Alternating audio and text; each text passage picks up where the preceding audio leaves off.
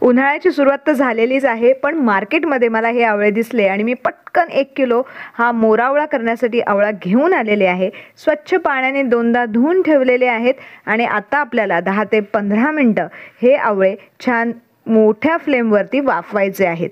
10 ते 15 मिनिटं झाल्यानंतर आपले आवळे मस्तपैकी वाफवले गेलेले आहेत. हे आपण थंड करून घेऊयात आणि त्याच्यानंतर थंड झाल्यानंतर अशा पद्धतीने त्याच्या पाकळ्या मस्तपैकी सुटतात आणि बियाही वेगळ्या होतात.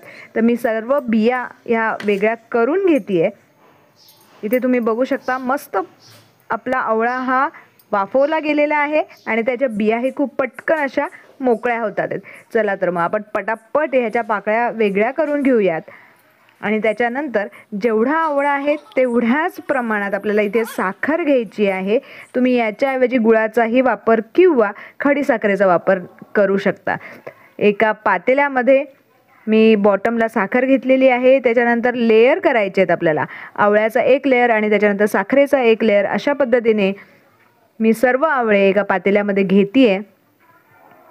अतिशय सोपी आणि मस्त रेसिपी आहे. वर्षभर टिकणारे असा मोरावळा इथे तयार होणार आहे. आता हा आवळा आणि साखर खालपर्यंत आपण मिक्स करून घेऊया. 10 मिनिटं मी बाजूला ठेवलेलं होतं. त्याच्यानंतर गॅसची फ्लेम चालू करून आपण अशा पद्धतीने हा आवळा साखरेमध्ये शिजवून घ्यायचा आहे. ही रेसिपी मला माझ्या आईने शिकवलेली आहे. तुम्हीही जरूर ट्राय करून बघा. ट्राय केल्यानंतर कशी जमली हे मला कमेंट करून सांगायला अजिबात विसरू नका.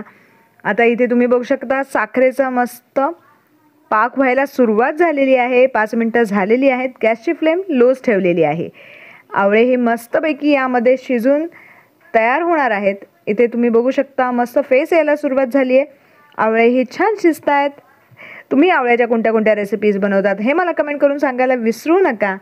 आणि माझ्या चॅनलवरती नवीन असाल, सर्वात पहिल्यांदाच व्हिडिओ बघताय तर जरूर लाईक करा आणि शेअर करा. त्याचबरोबर सबस्क्राईब करायला विसरू नका.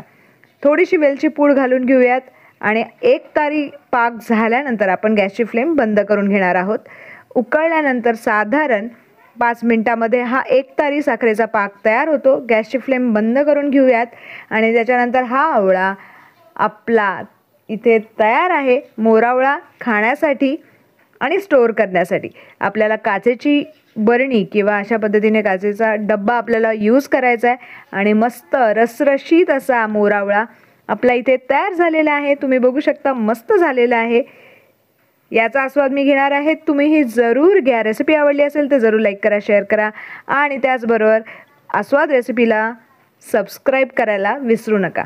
खूप छान झालेला आहे. मस्त शिजलेला आहे. आता हा मुरल्यानंतर अप्रतिम लागतो. मी असा स्टोअर करणार आहे आणि आवळ्यामध्ये खूप जास्त प्रमाणात विटॅमिन सी आहे आणि ते केसांच्या हेल्थसाठी नक्कीच चांगलं आहे. जो सिरप उरलेला आहे साखरेचा तोही मी एका काचेच्या बरणीमध्ये काढून घेतलेला आहे. त्याच्यापासून आपण आवळा सरबत सुद्धा बनवू शकतो. अप्रतिम लागतं चवीला आणि दररोज तुम्ही उपाशीपोटी जर हे आवळा सरबत घेतलं तर पचनाला खूप जास्त प्रमाणात हेल्प होते. तुम्हाला नक्की आवडेल. आता इथे 3 चमचे मी हे आवळ्याचं सिरप घेतलेलं आहे. त्यामध्ये थंड पाणी घालून घेऊयात आणि थोडंसं मीठही यामध्ये ॲड करायचं आहे. मीठही घालून घेणार आहेत आणि ह्याचं सेवन तुम्ही दररोज करा. तुम्हाला नक्की आवडेल. हलवून घेऊयात आणि ह्याचाही आपण आस्वाद घेऊयात. खूप छान असं घरच्या घरी आपला आवळ्याचा मुरांबा आणि त्याचबरोबर आवळ्याचं हे सरबतही म्हणजेच आवळ्याच्या सरबतासाठीचं सिरप तयार झालेलं आहे. खूप छान झालेलं आहे चवीला.